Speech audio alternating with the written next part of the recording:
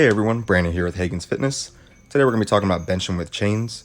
I like to start with one chain at a time and add my chains as I go. So as you see, I'm starting with just the bar and one link of chains. One full length of chains weighs 30 pounds each, so that's 60 pounds in the first set. This second set that you see, I have a total of 120 pounds of chains, and that's what I'm going to be working with throughout the entirety of my bench session.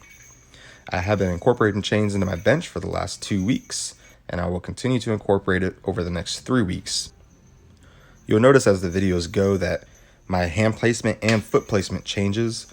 I've recently lost about 14 pounds, so my leverages are a little off, so I'm kind of playing around with different foot placement, hand placement to see what feels the most efficient. 135 with chains was my working weight last week, so I used it as my last warm-up set before going up to 155 with chains. All right, so what we did today was we had chains on the bench. Chains are a great addition to add to your bench or your squat. Not so much deadlift, but there's other variations that you can do. But what the chains do is it makes you have to apply more force during the movement. So as you can see here, as the weight goes down while you're benching, the chains go to the floor, which makes it feel lighter.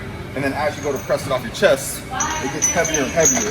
So when you're normally pressing a plate or whatever you're pressing, you end up having to apply more and more force as you go up, which is what makes the movement stronger for your lockout, for off your chest, and same when you're driving out of the hole with squat. Most people put the chains on wrong, which is why they don't get the proper carryover to their actual raw lift.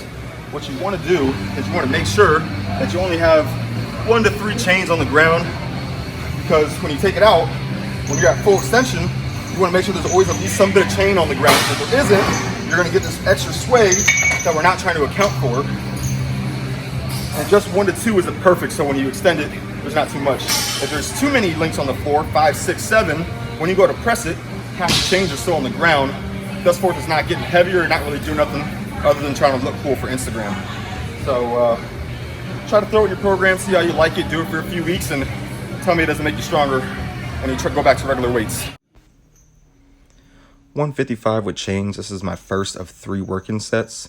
I ended up placing my middle finger on the ring as opposed to my ring finger. So I went out 1 finger and I tucked my feet in some, and that ended up being my sweet spot so I can get a nice arch and good leg drive.